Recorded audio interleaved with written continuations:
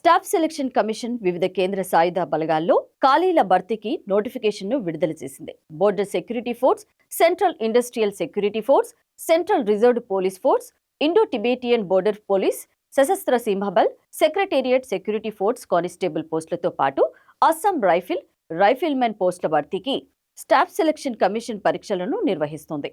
Border security force 6,174 పోస్టులు, central industrial security force 11,025 పోస్టులు, central reserve police ఫోర్స్లో 3,337 పోస్టులు, సశస్త్ర సీమాబల్ 635 పోస్టులు, Indian Tibetan border police force 3,189 పోస్టులు, ఆర్మ్డ్ రిజర్వ్డ్ 1,490 పోస్టులు, సెక్రటేరియట్ సెక్యూరిటీ ఫోర్స్ 296 పోస్టులు. వీటికి సంబంధించి గుర్తింపు పొందిన బోర్డు యూనివర్సిటీ నుంచి మెట్రికులేషన్ లేదా 10వ తరగతి ఉత్తీర్ణులై ఉండాలి. పురుష అభ్యర్థుల ఎత్తు 170 సెంటీమీటర్లకు, మహిళా అభ్యర్థుల ఎత్తు 157 సెంటీమీటర్లకు తగ్గకూడదు. 2024 జనవరి 1 నాటికి 18 సంవత్సరాల నుంచి 23 సంవత్సరాల మధ్య ఉండాలి. అభ్యర్థులు 2001 జనవరి 2 కంటే ముందు, 2006 జనవరి 1 తర్వాత జన్మించి ఉండకూడదు. ఎస్సీ/ఎస్టీ అభ్యర్థులకు 5 ఏళ్లు, ఓబీసీ అభ్యర్థులకు 3 ఏళ్ల సడలింపు ఉంటుంది.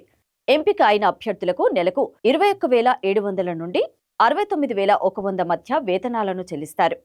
Computer based examination, physical efficiency test, physical standard test, వైద్య పరీక్షలు, ధృవపత్రాల పరిశీలన ఆధారంగా అభ్యర్థులను ఎంపిక చేస్తారు. మహిళలు, ఎస్సీ/ఎస్టీ, మాజీ సైనిక ఉద్యోగులకు ఫీజు చెల్లింపు నుంచి మినహాయింపు ఉండగా మిగతా వాళ్లకు ₹100 ఉంటుంది. ఆన్లైన్ ఫీజు చెల్లింపునకు జనవరి 1 ఆఖరి తేదీగా ఉంది.